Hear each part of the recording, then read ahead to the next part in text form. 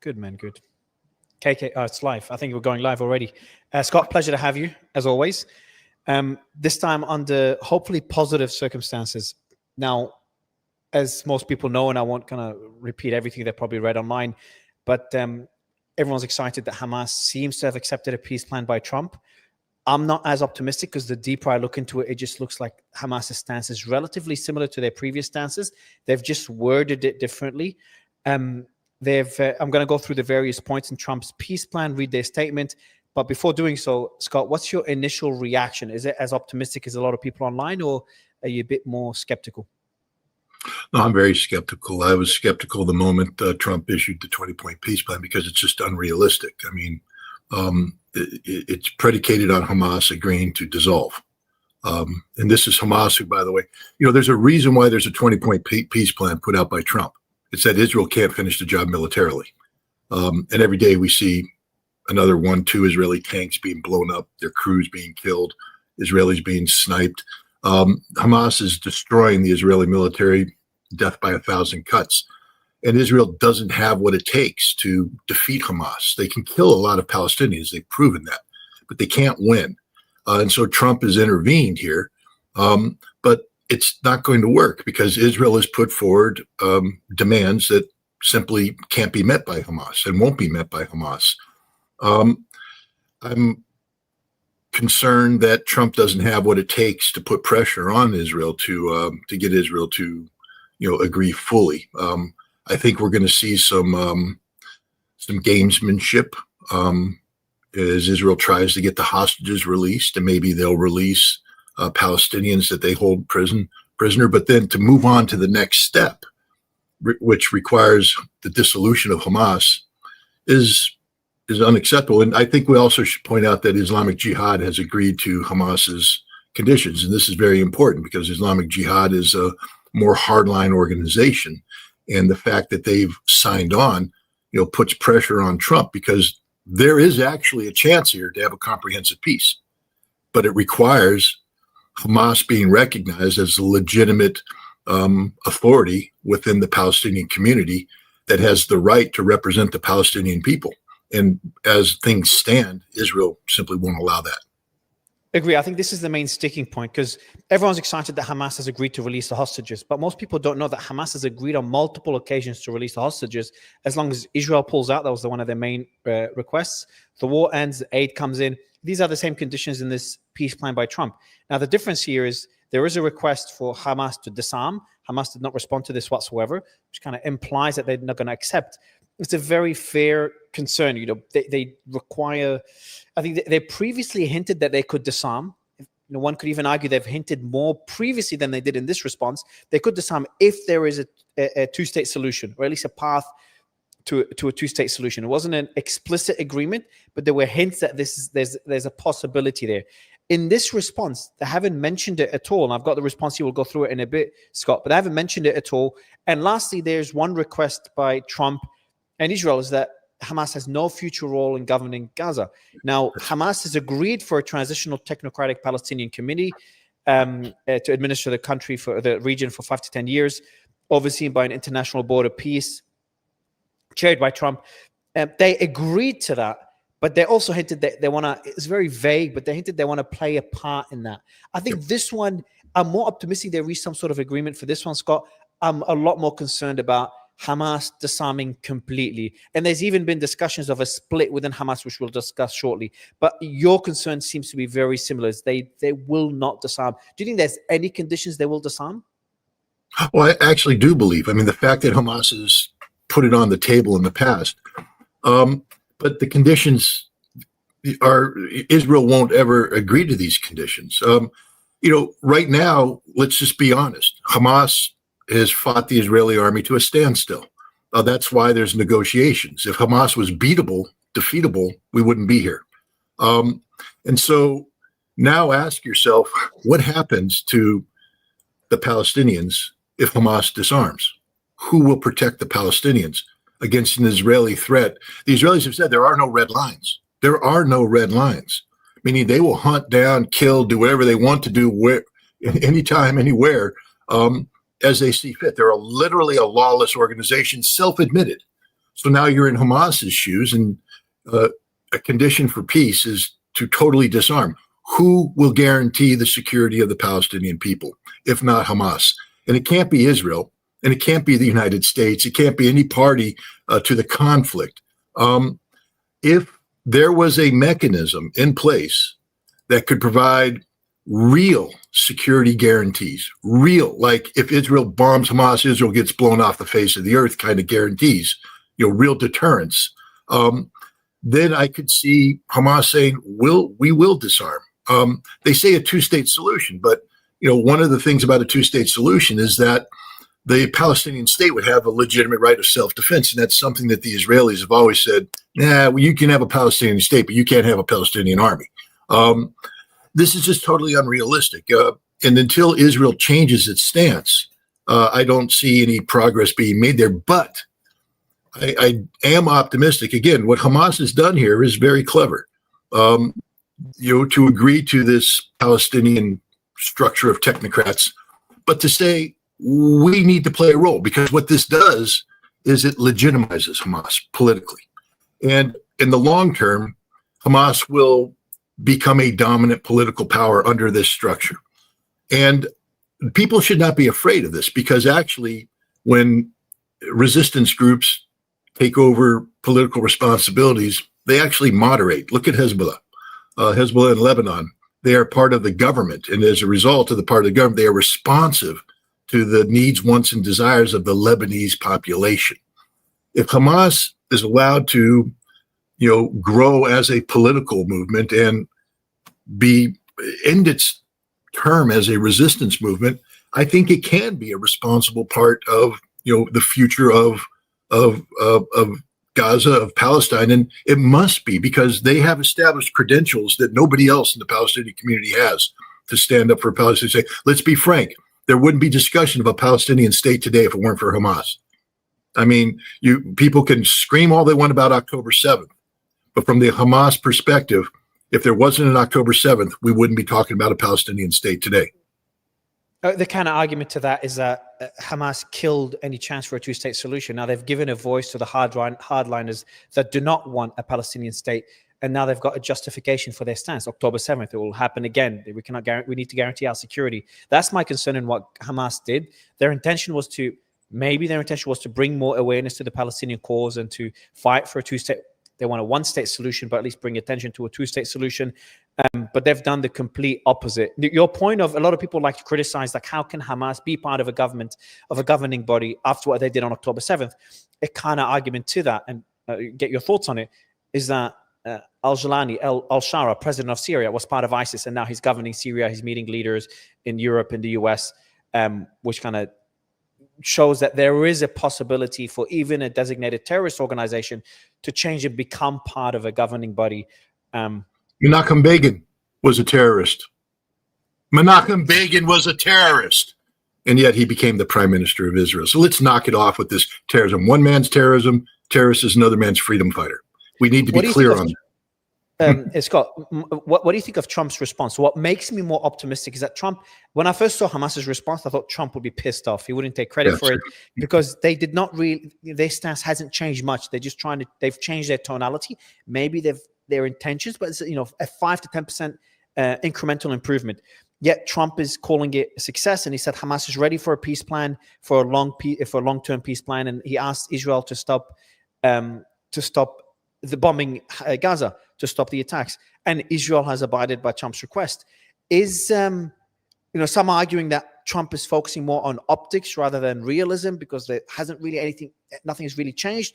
Or another way of looking at it is that Trump, despite Hamas's stance not having changed much, he is pressuring Israel to try to end the war because he wants to become to be seen as the peace president. Which one do you think is more likely to be accurate? Trying to read Donald Trump's like trying to read tea leaves in a Dubai chai house. It's whatever you want to see. I am opting this time that he's serious about peace, that this isn't just about optics, because where do optics take you?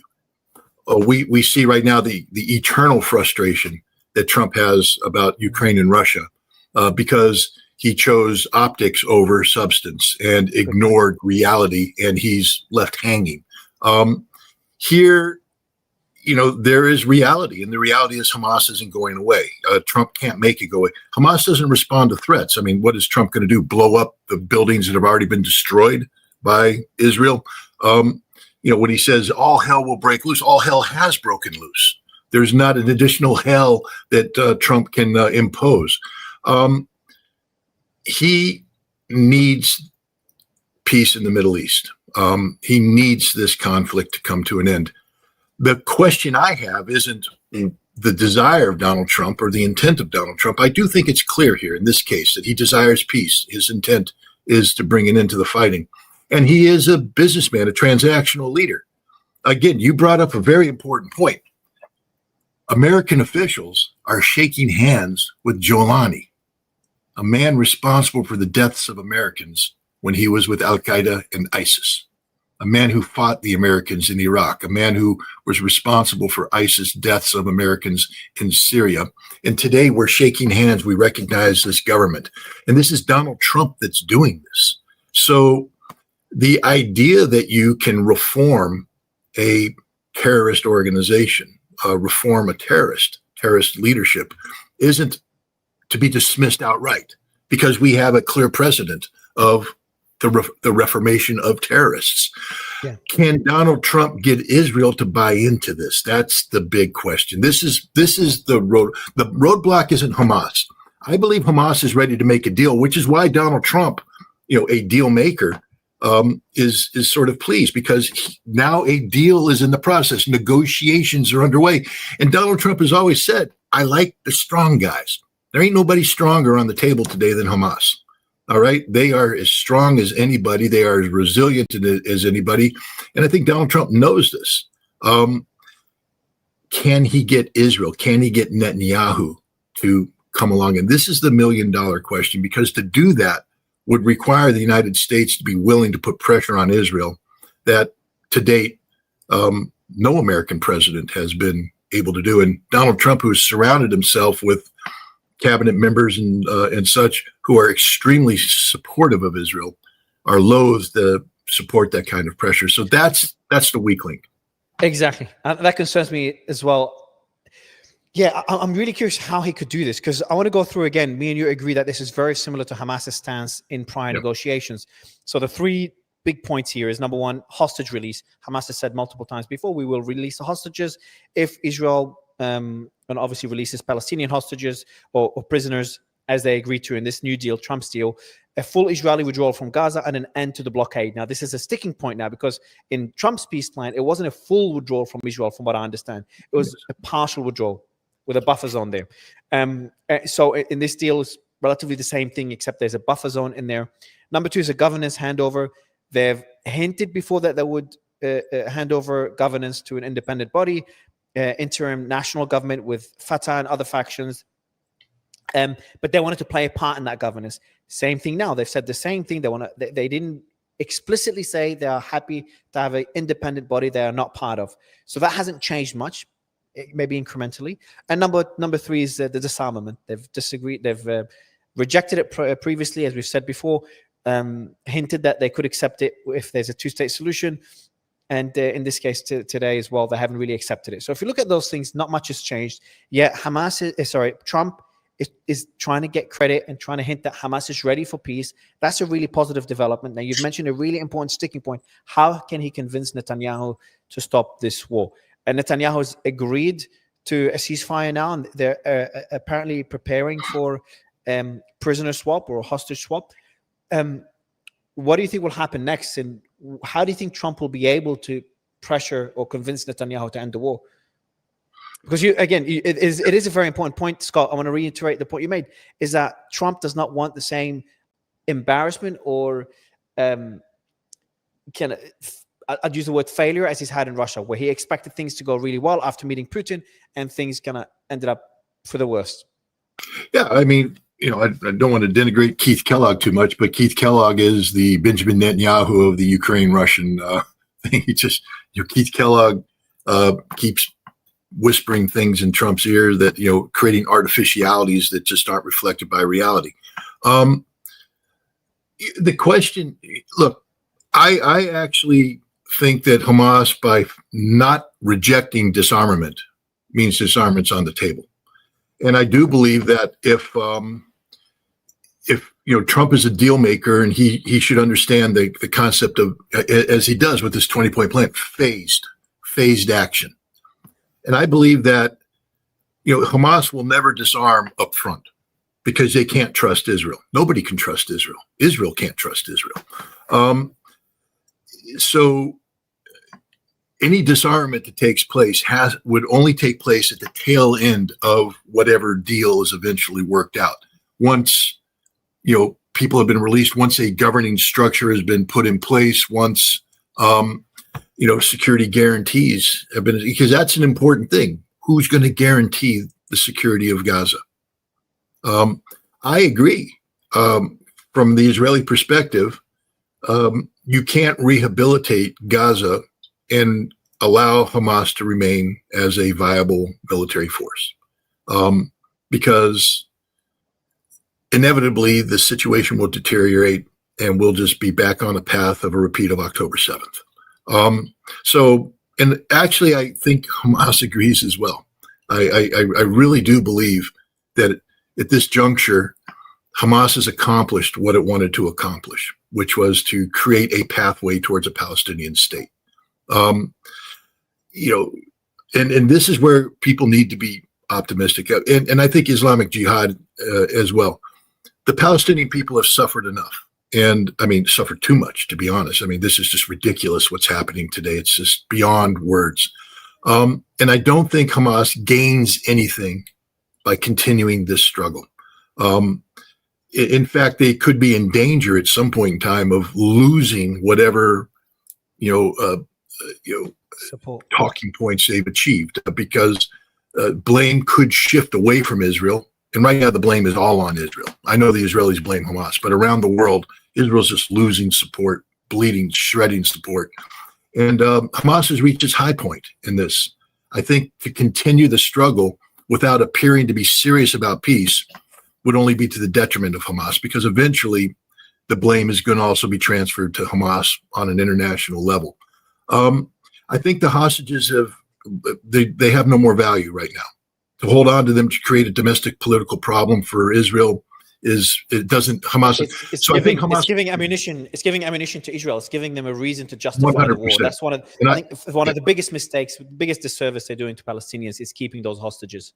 I think Hamas now agrees as well. I think they need to return the hostage. First of all, that's a positive thing for them. It would be a very positive move, but you can't do something in a vacuum. Meaning, if you give up the hostages and then it go back to the war, it doesn't. It's a chip, and I hate to say that because these are human beings who have been suffering for very long, and I hate to view them as a chip. But the reality is, they are a negotiating chip, as are the Palestinians being held by Israel, by the way. But it's time to put that chip on the table and clear it, get it out of here, because it's not helping Hamas's cause anymore. It's actually to the detriment of Hamas. It gives legitimacy to the Israeli actions. So you delegitimize the concept of return of the hostages, but then you have to legitimize peace. What does peace look like? And this is where efforts are going to have to be made to get Israel to transition from where they are today. Look, this is the Israel that said, we're going to bomb Qatar, an American ally. We're just going to do it, and we don't care. Ironically, it's the same people that tried to kill in Qatar right now are the ones accepting this peace deal. Everyone forgot this irony. The same, and the argument people were making, we're agreeing on a lot today. We usually disagree on some things, but today we agree on a lot, including this point that the same people that tried to bomb in Qatar, that they said were an obstacle to peace, are the people that are potentially agreeing to the peace deal that everyone's happy about, at least so far. There is a counter argument to this, and I want to get your thoughts on it, is that the strike on Qatar caused fear in the negotiators in Qatar and Doha, forcing them to accept this deal. So it's all part of the same strategy. I don't agree with this because, they aim to kill them, not scare them. But, I don't know if that's a fair argument to be made, that because they feel that their life is in danger now, even Qatar, they have no choice but to accept the peace deal. Yeah, But that shows a total disrespect for. I mean, to buy into that means that you believe that the Hamas concept of martyrdom is a lie. And I think the Hamas resistance fighters, Sinwar and others, have proven that they're willing to give their lives for this cause. None of the Hamas leadership shies away from the concept of martyrdom. That they firmly believe that the cause of Palestine is worthy of their lives. And I don't think you scare these people that way. I mean, I understand the concept, and it's wishful thinking on the part of people who, use fear as an intimidation tactic. But if you could make Hamas afraid, then this war would have been over a long time ago, because some very bad things have been happening to people, to human beings, to Hamas officials. They're losing senior leadership. Every day you hear the Israelis took out this battalion commander, this person, that person, and yet people rise to replace them and continue the struggle. While I agree with you, people are making that argument, I don't think that argument actually holds water. Yeah, I agree there again. There is another thing that concerns me, is that Hamas is no longer just one organization. I feel Hamas has become a movement, because there's been so many people. I think almost every single person in Gaza has had a loved one, a relative, or a friend that's been killed or injured by this war. That means they're all full of hate. They're all full of revenge.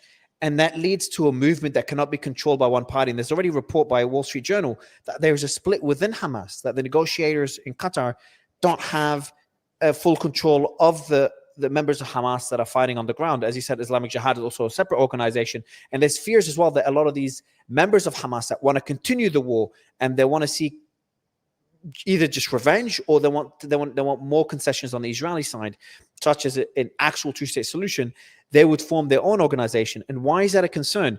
Is if you've got that other organization that continues the war, that justifies for Israel to continue their strikes. Now Hamas is weakened. They don't have any more hostages to negotiate. And Israel will continue their attacks on Gaza, because there's still those alienated, radicalized Palestinians that form their own faction, or that are part of Hamas, that continue the war. And I'll give you a clause in Trump's peace plan that allows Israel to continue this. Israel seeks to de-radicalize.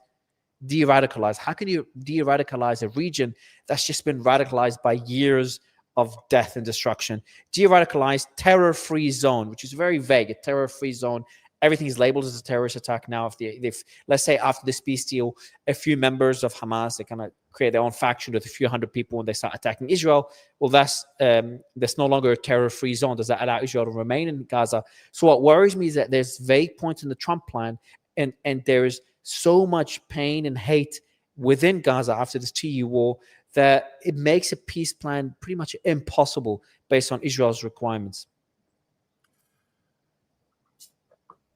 I mean, nothing you're saying is intellectually illegitimate. It's all logically. But how can one be optimistic though?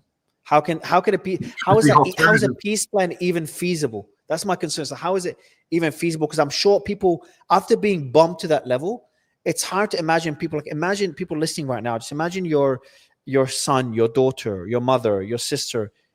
You see her dead body, their dead body under the rubble. Imagine the hate you have in your heart. But let me give you an example from history. Please. The Soviet Union lost 27 million people to Nazi Germany. The Nazis did things to the Russians that make anything Israel did to the Palestinians pale in comparison, both in scope and scale. Entire cities, entire regions were devastated by the Nazi Germans. And the Russians, the Soviets, fought back, took Berlin, and they made peace and learned to live in peace with the Germans. Now, they defeated the Germans, but now even when Germany reunified, there was West Germany. The Russian-German dynamic until recently, has been a very positive one. If you go to Russia today, they'll tell you stories. I mean, they say, we will never forget, but we have learned to forgive, because we have to forgive, because we have to move on. And so I would say that it's clearly within the human experience to forgive. And I will also say this, that in the Middle East, look, I'm somebody who was reviled in Iraq for a long time. They misunderstood what I was doing, but they blamed me personally for the deaths of millions of Iraqis because I was the face of the United Nations weapons inspection process that continued economic sanctions against Iraq that caused 500,000 children to perish. When I traveled to Iraq near the end, they would put broadcasts on TV saying Scott Ritter has returned. Abu Azamat, the father of all crises, he's the one responsible for all our death, all our suffering. And, and I know that, but even as a weapons inspector there, I would be confronted by mothers, by Iraqi civilians who said, we understand you have a job to do. We wish you would get your job done. But we forgive you for whatever. And I'm like, well, I didn't do anything that requires forgiveness because I'm just doing my job. I'm not the sanctions guy, but it didn't matter. In their hearts, they viewed me as a man responsible for the deaths of many innocent Iraqis. And yet, even while that system was in place, they had forgiven me for what they perceived to be my sins. So I think there's forgiveness in the hearts of Middle East people. I think it's sort of racist to imply that the Palestinians couldn't forgive the Israelis for what they have done. I agree, Scott. I'll give another example that agrees with your point. Is that I went to Rwanda where I saw the memorials and understood the genocide that happened there. I met the president, spoke to him for 3 hours about it. And what happened in Rwanda pales anything I've ever seen anywhere in the world. Yeah. Just the way one ethnic group killed another, killed babies, their heads smashed. It's just a massive genocide over a very short period of time. And they forgave each other. And there's people right now walking on the streets of Rwanda that could tell you of horrors they've witnessed just a few years ago, that was in the 90s, of loved ones that were killed, and they've forgiven their neighbors. It was neighbors. It wasn't just another country. So forgiveness does exist, but there's an exception. And I'll use you as an example. Your stance on the war has changed. I don't know if you've publicly apologized for the Iraq war, but you've criticized it publicly. You've criticized American foreign policy and what led to the Iraq war. Correct me if I'm wrong, but that allowed people it made it easier for people to forgive. So I think for Palestinians to forgive, there needs to be some sort of change on the Israeli side as well. It takes two to reach, takes two to the tango. It takes both parties to be able to reach a position, because if Israel continues doing to Gaza, and I know I'm being a bit too critical and a bit too pessimistic today than usual, but if there isn't change in Gaza to what we've seen prior to October 7th and what we're seeing right now in the West Bank and all the settlements, if there isn't that change, then how do you expect Palestinians to forgive the same country that continues to blockade the region, that continues to expand the settlements in the West Bank? Do you know what I mean? They've been radicalized further than they were at October 7th, and the issues have not been resolved. They still do not have a state. No, I agree. But let me just correct the record real quick. The forgiveness that was offered to me was in 1998. So it was 5 years before the second war with Iraq. The war I fought in was 1991, and I've never asked for forgiveness for that. Iraq invaded and occupied Kuwait. The international community was united that will not stand. A Chapter 7 resolution was passed authorizing the use of military force, and I was part of a coalition of nations assembled by President George Herbert Walker Bush to achieve the liberation of Kuwait. And I will never apologize for anything I or any American did during that conflict. And I was authorized by a Chapter 7 resolution to participate in the disarmament of Iraq, and I will never apologize for anything I did in Iraq as a weapons inspector. And that's why I said I didn't do anything that required forgiveness. That was their perception that I was responsible for, the American policy of continuing sanctions no matter what. And they still forgave me. But the change you say came that I didn't find the authorization of force in 2003 to be legitimate. That's true. I think we went to war on a lie, the lie of weapons of mass destruction, to cover for our real goal and objective of regime change. But I just wanted to be clear on that, because I'm a stickler for the details on things like this. Thank you. But let me throw in another reason why I'm more optimistic today. That's different. It's the first time you're more optimistic than I am, Scott. It's a change. I know. This is weird. It's like it. An episode of Seinfeld, opposite day. But I don't like to invoke the name Charlie Kirk, but unfortunately, he's part of history. I mean, his murder, etc. But from that came a discussion, a debate that's taking place in the United States, and I don't want to go down certain rabbit holes, but the reality is there's a perception that what was a foundation of support for Israel within the American Christian Zionist movement, Christian evangelicals, that's been shaken, and that people were beginning to question whether or not the United States should continue to support Israel. And then you see things like, the Israelis, Benjamin Netanyahu talking about, the need to take control of social media networks, to include X, by the way, to shape pro-Israeli narratives. And many Americans are balking against this. Americans who, have bought into the Make America Great Again, America First concept, and are starting to say, well, wait a minute, is this Israel first? And the fact that Netanyahu has come out and addressed this directly means that this resonates inside Israel. And I do think that there is a political dynamic attached to this that can be exploited by the United States, meaning that Donald Trump can tell Netanyahu the support for your cause is waning. And if you want to continue to play the hard line, actually at a time when Hamas has accepted the potential of peace, you could see support just drip away before you know it. Trump has already said openly that Israel no longer has the control of Congress that it once enjoyed. I forgot that's an important point. Yeah, people moved on from these comments. They're important comments. They're very important comments, and Trump said it. So it's not like people like me have to work to bring this to Trump's attention. Trump has said this. It's part of his worldview, and I do believe that this is a very, very important calling card, and it's one that it can't be just trivialized because, again, I mean, Charlie Kirk's death has created a wave of debate in this country, and Israel centers in on that. I don't buy into, the theories that Israel killed Charlie Kirk. I'm not saying that at all. What I'm saying, though, is that the Christian evangelical movement that heretofore was support of Israel was unassailable, that's not the case anymore.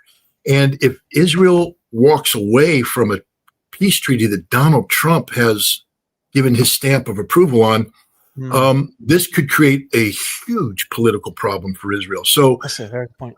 And this didn't exist before. Israel could always rely on the support of the Americans. Israel's in a very tough position because you have Trump, who's been very optimistic about this, asked Israel to stop their attacks and said that Hamas is ready for a long-lasting peace. That's a big statement that Israel cannot publicly disagree with. And Hamas was very clear, we are ready to release the hostages very, very soon. They've been more ready than ever. So I think that puts Netanyahu in a very difficult position. I think today I'm going to, Jonathan Conricus, who's been on the show before, you've spoken to him before, you guys have disagreed on a lot, but I know that he will agree with a lot of the statements you've made today on on the position of Hamas and whether this is going to be a long-lasting peace agreement, whether Hamas is going to agree to that agreement. Jonathan, pleasure to have you again. What me and Scott were talking about, and I think you'll agree to it because I heard you yesterday on the space, is that Hamas's position hasn't really changed much today from their previous stances. Number one, they've said they're ready to release the hostages. They've said that before. They said they're ready to release the hostages if Israel pulls out of Gaza. And if there's aid that is allowed into Gaza. That's number one. Number two, governors handover. They've hinted previously they are ready to hand over governance to an independent body or a Palestinian body that includes Fatah. But they previously, and again today, they did not say they are ready to give up governance completely. And they've said that before, and they've said this again. They did not agree to Trump and Netanyahu's plan to be completely excluded from a government body. And the third one is disarmament. They've never agreed to that before, and again, they don't agree to it. So, Jonathan, what's your stance on Hamas's response to Trump? Yeah, I think it's the first time that Qatar, one of the world's largest state sponsors of terrorism, has forced their protege to actually deliver the hostages and to let go of one of the most important assets that Hamas took on October 7 that they've been using quite effectively strategically since. And that is new. This is the first time that Hamas openly says and commits to, of course, with that caveat of when the technical conditions on the ground are met, which is what Hamas says. But they're saying for the first time, we're willing to release all of the hostages and that it's going to happen in a short time frame. So that is new, that is different. This is a Hamas that is on the back foot. This is the Hamas that for the first time sees Arab countries, including longtime strategic partners of Hamas, Qatar, Egypt, and Turkey. And I think this is the real brilliance of the Trump plan, that he got Arab countries on board, and they are basically telling Hamas, your game is up. We don't want you to continue to drag the region into instability. And we don't want your brand of Muslim Brotherhood and jihad. And we're cutting you loose. That's what some of the countries are saying. Qatar isn't really saying it, but you could understand that Qatar has delivered some quite significant pressure on Hamas. And that is one of the reasons why they've agreed. Second reason is because Israel is applying a lot of pressure in Gaza City, militarily speaking, and Hamas is losing fighters and assets every hour that goes by. And third reason, and perhaps underreported and not known to so many Westerners who don't have access and understanding of Arabic media, significant events transpired in the last 24 hours in Khan Yunis, where for the first time families, clans, hamulas got together, 5 or 6 of them in Khan Yunis, and actually killed or executed Hamas operatives in the region, and signaled very clearly to Hamas that they are done taking the dictates and they are done being under the boot of Hamas, and that 5 different clans are now standing up against Hamas, and that they are united in Khan Yunis. Now, that is not something that a lot of Westerners have gotten through traditional media, but I would say that's an important aspect of understanding the situation for Hamas, and I think it's one of the contributing factors to Hamas's decision-making.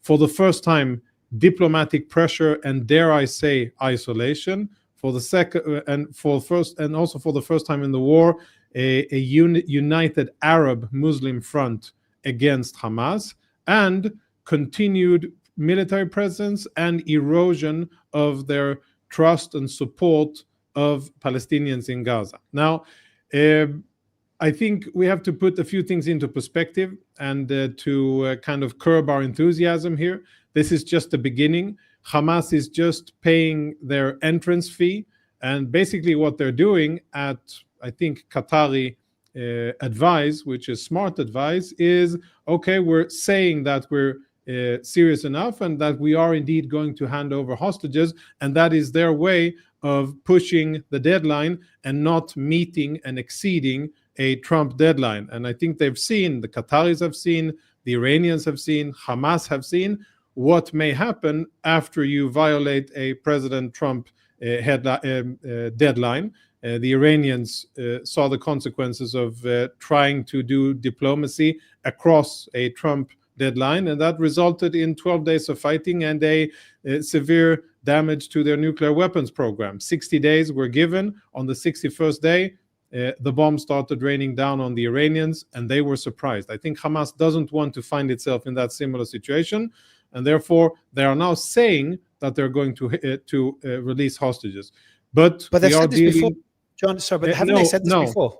No, they have not said openly that they are willing to release all of the hostages, and they have not said it in reference to any specific deal, definitely not in terms of any quota or ratio of how many terrorists would be released in return, and it's never been all of the hostages within 72 hours. There's a lot of spin, a lot of it has been regurgitated by a lot of people, and it's been spun against Israel. But bottom line, it has never been really front and center, and it's never been said by Hamas. So that is different, and a lot of hostage families are happy and very hopeful about it. But I've been just on Israeli TV and other TV, and I've been telling people we have to curb our enthusiasm and remember who it is we're dealing with. They, Hamas, will try to leverage the anticipation, the excitement, the feeling, the love, the yearning, the pain and the suffering of Israeli hostage families to the maximum, and we shouldn't expect there to be an easy and relatively pain-free road for the release of our 48 remaining hostages. But I think this is what Hamas is paying in order to get a seat at the table and not to be seen as violating President Trump's timeline. Okay, so do you think that, so me and Scott were going back and forth and whether we could be optimistic or not. You talked about the release of the hostages as a positive sign, but they haven't commented on the disarmament as well. That's one of the main sticking points. Now, Scott made a very interesting point, because I was concerned that they haven't commented on it. Scott said at least they haven't rejected it. So they're leaving the door open that this is an option that they could disarm. Would you agree with that analysis? To a certain extent, they didn't mention it. They were specific, or they were straightforward in what they reject. They reject international administration over the Gaza Strip, and they say that they want it to be Palestinian. I don't think that's going to happen. It's either going to be Israeli, which is one extreme scenario, or it's going to be international/Arabic. Those are the two real scenarios. I don't see a Palestinian scenario. That will be the immediate first transition. Maybe eventually, in a few months or a year or so, it can transition to it. But I don't think Israel is going to allow that to happen.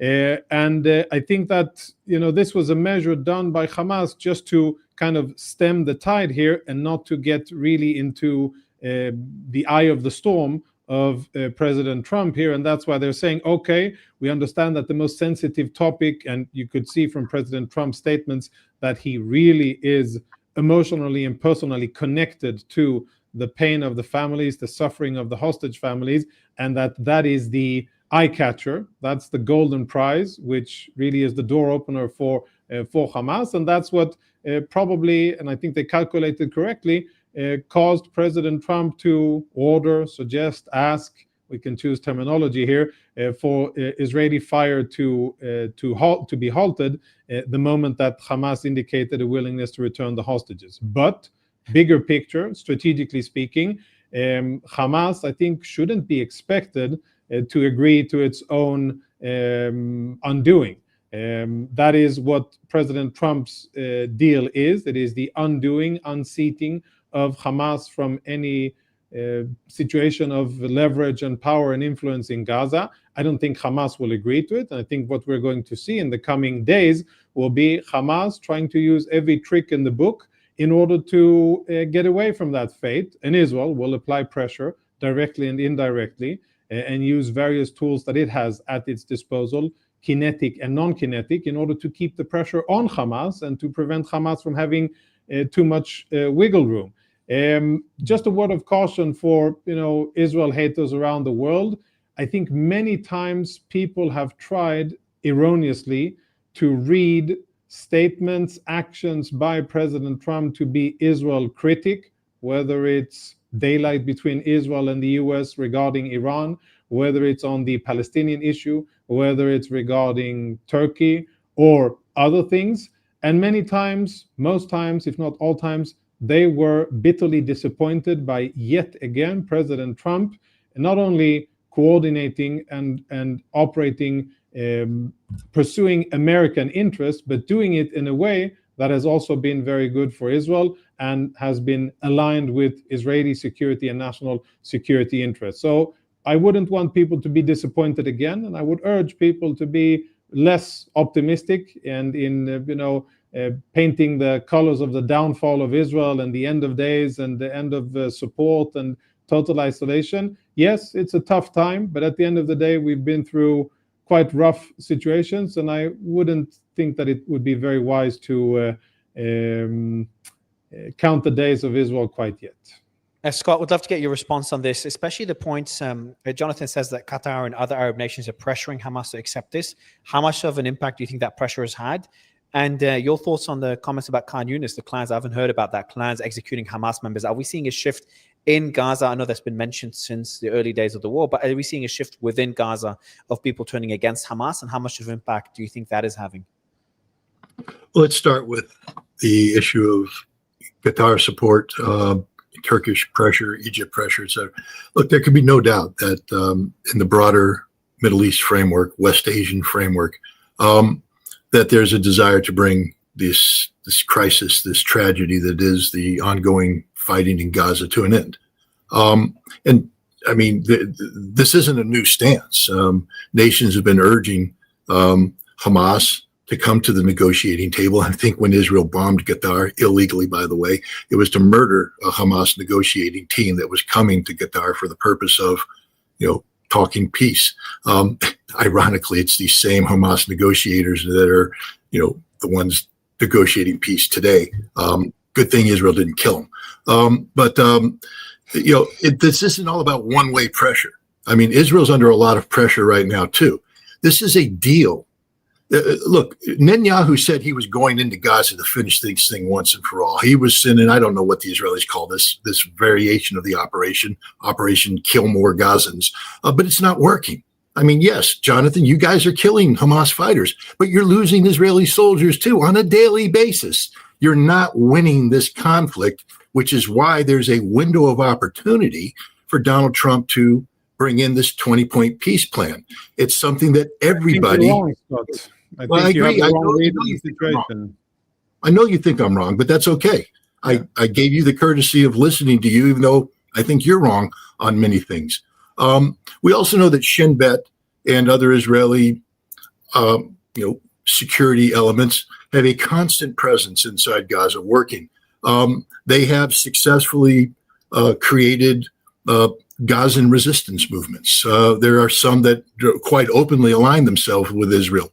And I would say in Khan Yunis, what we're probably seeing here is a Shin Bet-led operation to split the Gazan population. They have exploited certain economic and social realities to get clans to rise up. I wouldn't read too much into this. This is what Israel always does. Israel always goes in and decides to divide and conquer, to split. They have successes, they have failures, but I wouldn't read too much into this because the reality is the vast majority of the Gazan population continue to support the ongoing resistance against Israel. But there's another thing that Jonathan talked about. It's not about Israeli haters. It's not about people who wish harm to Israel. What it's about is American firsters. And this is the biggest problem that Israel faces today. It's not just the ongoing resistance on the part of Hamas and et cetera, and the fact that Israel can't defeat Hamas. It's the fact that Americans are getting tired of this crap. And the biggest support base for Israel, the American evangelical Christian Zionist community, is starting to walk away. And this scares the living hell out of Israel. And this is a new domestic political reality that Israel has to adjust to. Israel doesn't own all the cards here. The fact is, many other players are now sitting at the table, many of whom previously supported Israel without question, but are now saying that this can't continue. And Donald Trump, in committing this peace plan, Jonathan, you please listen, he is putting a lot of political capital on the table. And he's already been humiliated by putting a lot of political capital on the table for a Ukrainian-Russian conflict termination that isn't happening. And that's not a good look for him. And this is an issue that's very near and dear to his heart. And Donald Trump isn't going to put all this political capital on the table just to watch Israel wash it away by continuing to bomb and insist on hardline positions. Israel will be compelled out of necessity to make compromises. And the reason is that they don't, the political base for Donald Trump in an upcoming midterm election. And AIPAC can't buy its way out of this one, pal. The American people will speak. Yeah. I'd love to get, so there's a few points made there, Jonathan, especially the last one of Trump putting a lot of political capital on the table. I'd love to go through all of them and then focus on that last one. Yeah. So first, those alleged American firsters, I monitor a few of those people. I clearly remember President Trump telling a few of them, the most prominent ones, that he actually is the definition of MAGA, of Make America Great Again, and that no other people should claim to be the representative or the spokespeople or the ideologues of it.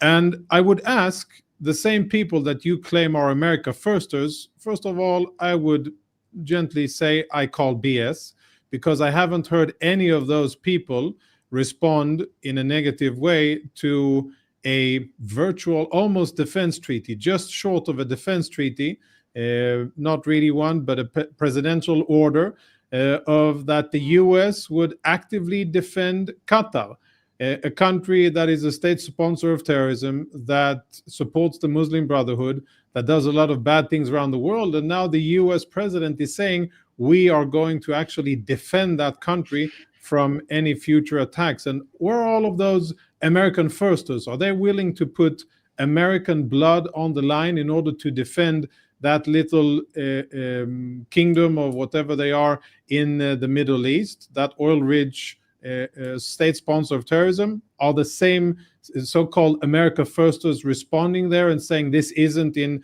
the US interest? Actually, no, there aren't. And that's exactly the litmus test, which tells me which side of the bread the butter's on that, whether it's Israel hatred, or whether it's actually America first. And it's not America first. It's much more about hating Israel. Now, about President Trump's political gamble here, I agree. President Trump is putting a lot of his personal presidential prestige on the stakes here, and I think it's going to succeed. I think he and his team have done the diplomatic legwork to build a coalition on the side of his vision of the future, and I think that the work has been done and set the stage for success. And I'm happy about that, because if the Trump plan is implemented, then it'll be a much better future for Gazans, and most importantly, it'll be a much better future for Israel. If 80%, 75% of the Trump plan is implemented, hostages, disarmament, future rule of Gaza, then we will see a much better Middle East. We might even see prosperity and good things in a few years in Gaza, and that's excellent. And yes, I think President Trump has the Israeli prime minister in a position that is quite convenient, because Israel is pretty much reliant on President Trump and his administration. And therefore, I think that the chances of success are high, and that is a good thing. And when I look at President Trump's plan, it's a plan that I, as an Israeli, that is mindful of not having a genocidal jihadi army at our doorstep, trying to kill every woman, child, and adult in Israel under some religious holy war, jihad, that is something, the Trump plan is something that I can live with, and I think will, if implemented, will create a much better reality. Scott, please go ahead. I'll give you final comments, because I know you have to jump off as well. And then I just want to remind Jonathan that Qatar is home to Al Udeid Air Base. American firsters understand the role that air base plays in the military posture of the United States in the region. We understand how Israel's irresponsible, unilateral, illegal attack on Qatar put our status, our ability to maintain this base at risk. So yeah, I think American firsters would say that it's imperative the American president ensure that Qatar, our ally who has provided us access to this base, not be attacked by hostile nations like Israel. So I think it is an American it's okay to harbor terrorists. It's okay. Pardon? It's okay to harbor Taliban. Qatar harbors an American military installation that's essential for the national security of the United States, and that's all American firsters care about. And I would also remind President Trump, whom you've quoted here, that we're not a dictatorship, no matter how much he might want it to be. And the American people always have a say. And we outvote him, by the way. So the American people who desire that they have a vision about what MAGA is and what America First is, the president doesn't get to dictate that outcome to him. And should he try, it might be to his detriment. And finally, I think it's, look, Jonathan, sometimes you and I go at it, and it may come across that I don't have any sympathy for the plight of the Israeli people. As I've tried to tell you in the past, I spent 4 years traveling back and forth to Israel. And I worked very closely with the Israeli government at the highest levels to disarm Iraq. Because in the Gulf War, I was one of those scud hunters, that went around trying to kill scuds so they wouldn't fall on Israel. And me and other Americans put our lives on the line to help prevent Israel from being attacked. And when I worked with the Israelis, it was in that light, to prevent missiles from hitting Israel. I've always told American-Israeli audiences, when they said, why are you, articulating in support of peace with Iran? I said, because I don't want Iranian missiles to hit Israel. And yet here we are today. So it's not that I'm sitting here trying. I was in Israel for 4 years, and every time I visited, Hamas terrorists blew up a target nearby. They blew up cafes that I ate at. They blew up buses along Dizengoff Street where I walked. They blew up shopping centers. And I recognized Hamas as a terrorist organization. And I condemned Hamas's actions as a terrorist organization. So when I see Israelis suffering because of terrorism, it breaks my heart. It really does. I'm not one of these people that say Israelis' lives don't matter. Of course their lives matter.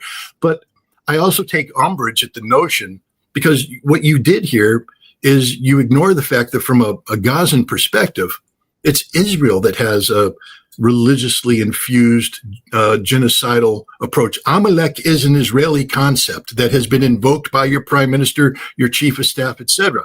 Now, I'm just saying that words matter, and if we want peace, and I hope you and I agree on this, we want peace. It's good for America, it's good for Israel, it's good for the Middle East. We have to stop painting people with a brush that makes peace impossible. One man's terrorist is another man's freedom fighter. Menachem Begin was a terrorist par excellence in the eyes of the British, and yet he became a prime minister of Israel. Jolani today, an Al-Qaeda terrorist, an ISIS terrorist who has the blood of Americans on his hands. He is shaking the hands today with the commander of U.S. Central Command. U.S. diplomats are lining up. Donald Trump is so. We have to find a way to move forward. And we have to find a way to acknowledge that the people today whom we view as our enemies, we one day might have to view as our, if not friends, at least people that we could peacefully coexist with.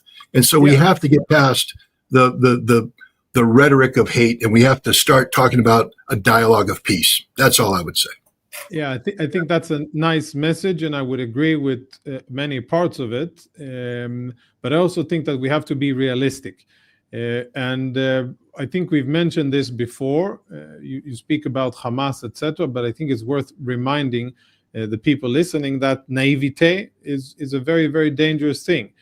This isn't really, a peace deal that we're talking about. This is, at best, a long ceasefire. And to use the Arabic term that Hamas was speaking about, this is Hudna.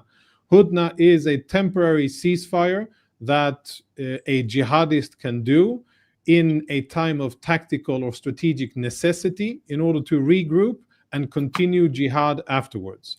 And I think you have to, be truthful here. Hamas is not about to coexist and to peacefully recognize Israel's existence. Hamas, when they speak about the so-called occupation, they don't speak about Gaza.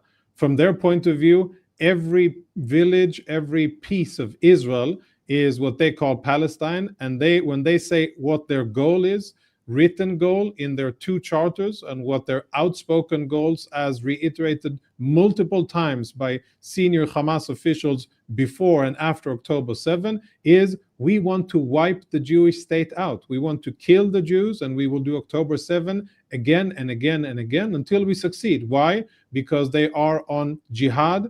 They are focused on annihilating the state of Israel. So yes, I agree, things change, and sometimes the shoe's on the other foot. That's all nice and well, and there's lots of examples in history of situations changing. But I think a mistake that you can do that mistake sitting in wherever in America with no skin in the game to do it. Israel cannot do that mistake a second time, and to attach intentions and wills to Hamas, to our enemy, that aren't there. They're not about to make peace with Israel. At best, they're about to make a ceasefire because they're under pressure and duress, and they've run out of runway, internally, internationally, and militarily. But if the moment Israel takes its boot off Hamas's throat, they will be back at it, and they will continue on their quest to jihad, just as ISIS was, and just as the Nazis were. This is the same type of thinking, the same type of binary reasoning, where it's us or them. And that is what Hamas is about. And to think or to try to advertise otherwise, I think is wrong, and it is misleading. And I think we shouldn't go down that path. And I can assure you that Israelis are not going to go down that path, because we've been burnt severely on October the 7th. And when you try, you speak about religious terms, etc., it's important when you said what the Prime Minister said of Amalek. It's a biblical term describing the worst, the most cruel and horrible enemies that the people of Israel had in the Bible. When you look at what Hamas did on October 7, the cruel, gleeful execution, rape, murder, torture, burning, beheading of Israelis, how they broadcasted to the world, how happy and proud they were. It's very difficult to find other terms to use, but to use this very heavy and hard term, which is really to call them Amalekites and Amalek, which I agree is extreme. But what Hamas did is the worst that any of our enemies have done. Only the Nazis come close, and the Nazis at least try to hide it. Hamas were all proud about it, and that's a big difference. Jonathan, so Scott, pleasure to have you. I know you have to bounce. I appreciate your time as always. And I know you've got a lot of points to respond to Jonathan. Maybe next time. Thank you, Scott. Thanks for having me. Thank you. Jonathan, one thing that me and Scott were talking about is the radicalization that we're seeing in Gaza. You have 75% of Gaza Palestinians that report having a family member injured or killed. That's a massive, massive number. And the concern there is a lot of these people, like imagine yourself or anyone listening, having a family member, daughter, cousin, mother, we see them dead under the rubble. That's the reality in Gaza. And what worries me is they've been so radicalized that many of them, even if Hamas's leaders in Qatar agree to a peace deal, they will not agree to that peace deal. They might form their own action, their own faction, and continue that war, continue attacking Israelis. And if you look at the peace plan, one of the clauses that's there is a de-radicalization of Gaza, which is a very vague term, and the removal of a terror-free zone. So doesn't that essentially make peace impossible with such a radicalized and angry population? Yeah, I think Gazans were radicalized and terror supporters and vehement Israel haters and Jew haters long before these 2 years of war. You only have to look at numbers, how many Gazans invaded into Israel, so-called ordinary civilians invaded into Israel on October 7, and what kind of atrocities did they do? And how did ordinary Gazans, civilians, receive Israeli hostages in Gaza on October 7? Hamas terrorists were busy protecting that asset, Israeli hostages, from being lynched in multiple locations by so-called Palestinian civilians. That is how radicalized, how hate-filled, how Jew-hating ordinary Palestinians in Gaza were before October 7. How many people have you seen in Gaza that have stood up against Hamas? How many of the so-called righteous among the nations?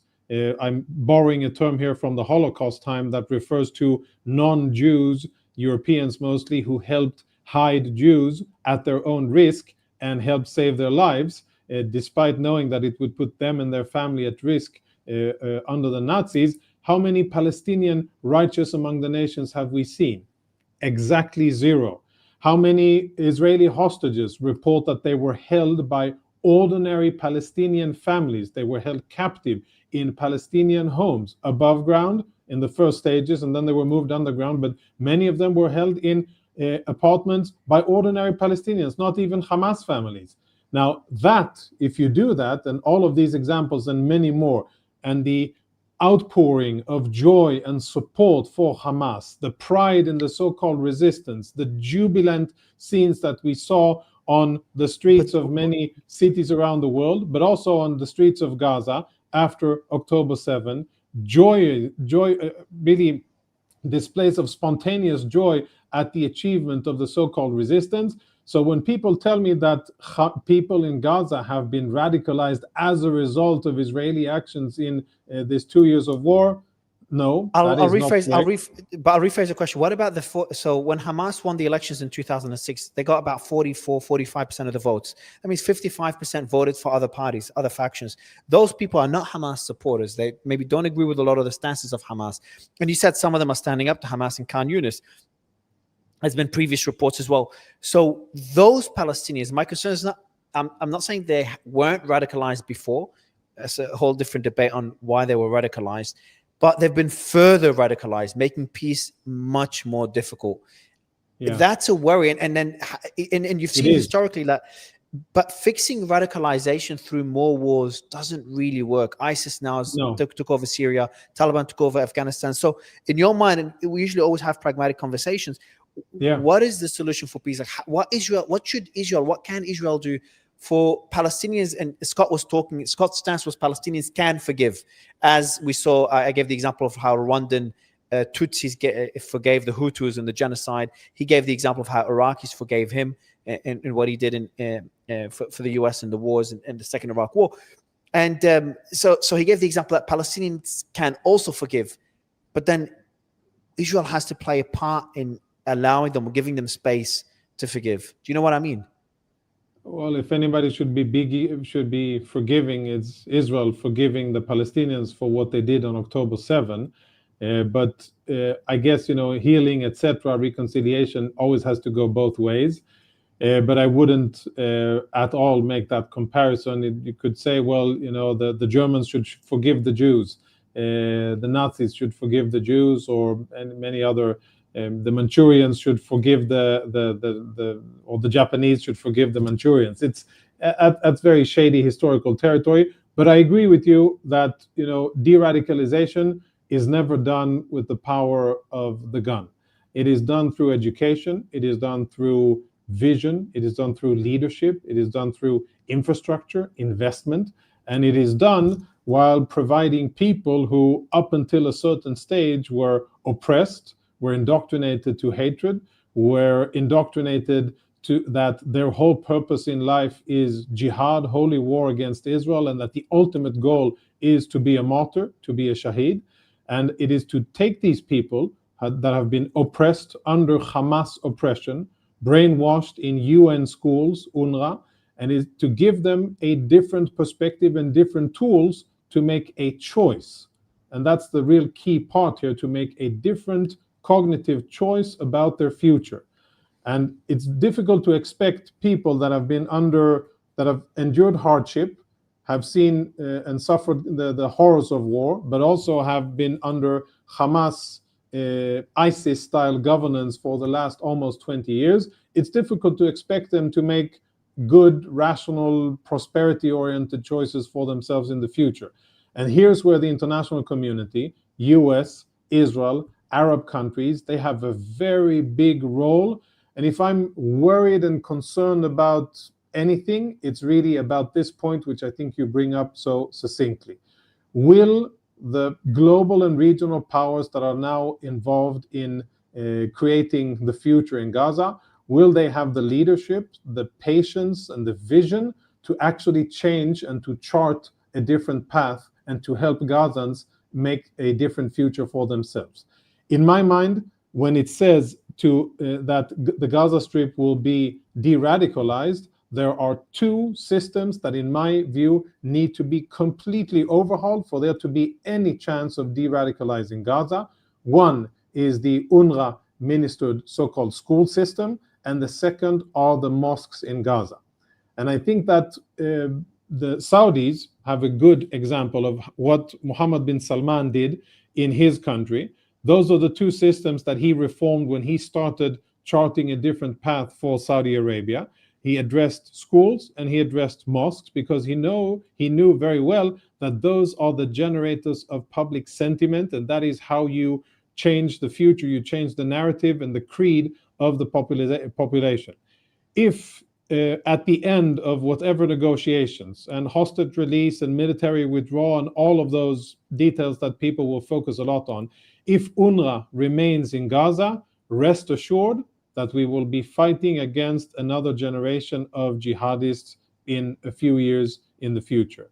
If the mosques aren't completely reformed and a different brand of Islam is introduced, that is one that isn't jihadi, isn't Muslim Brotherhood, doesn't glorify death and martyrdom and jihad, but instead speaks about prosperity, coexistence. You can take the Emirati model of mosques. They are proud and devout Muslims, but they're not Muslim Brotherhood, and they prefer prosperity and success and the joy and the beauty of life over jihad and martyrdom and Muslim Brotherhood.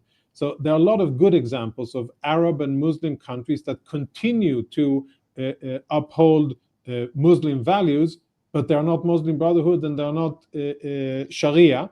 And there are good examples, but I think that is perhaps the biggest and most important point that I fear will be overlooked and glossed over, and it won't be addressed properly because it is so difficult to do, and it takes so much effort and leadership and vision and investment. But at the end of the day, it's really what matters: education, religious services.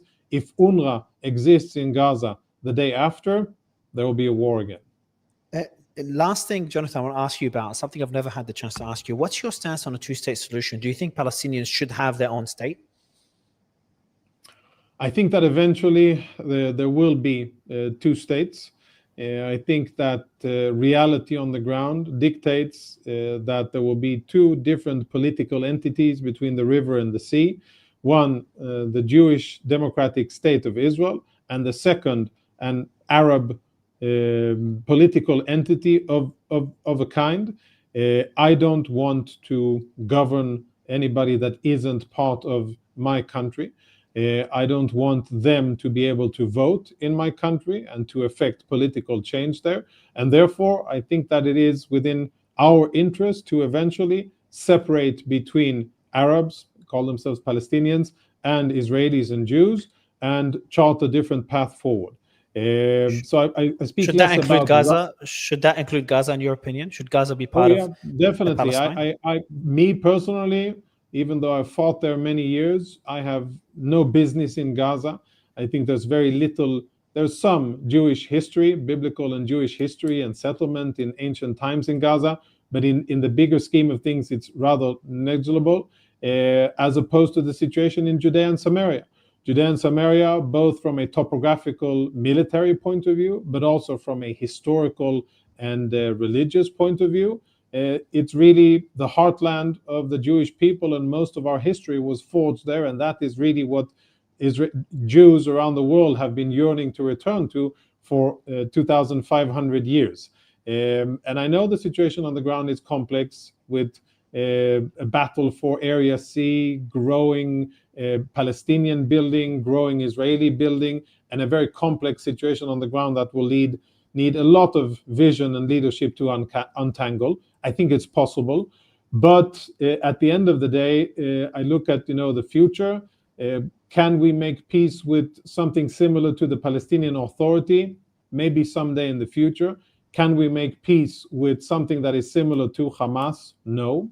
It is like making peace with Nazis, like making peace with ISIS. It is simply incompatible. Hamas is not about peace. Hamas is about jihad and the genocide of Jews and the annihilation of what they call the Jewish entity or the Zionists, and that is not compatible. So as long as that is the sentiment, then it's war and fighting and all of the horrible other things that are part of that end of the spectrum. At the moment that the Palestinians will choose to their own future, their own prosperity, and a different future for themselves over trying to ruin ours, then we will see change. I hope that I'll get to see that in my time, and that my children and grandchildren will be able to enjoy it. But until it happens, we'll fight. Jonathan, absolute pleasure to speak to you again. Thank you so much. Thank you for having me on. Bye-bye.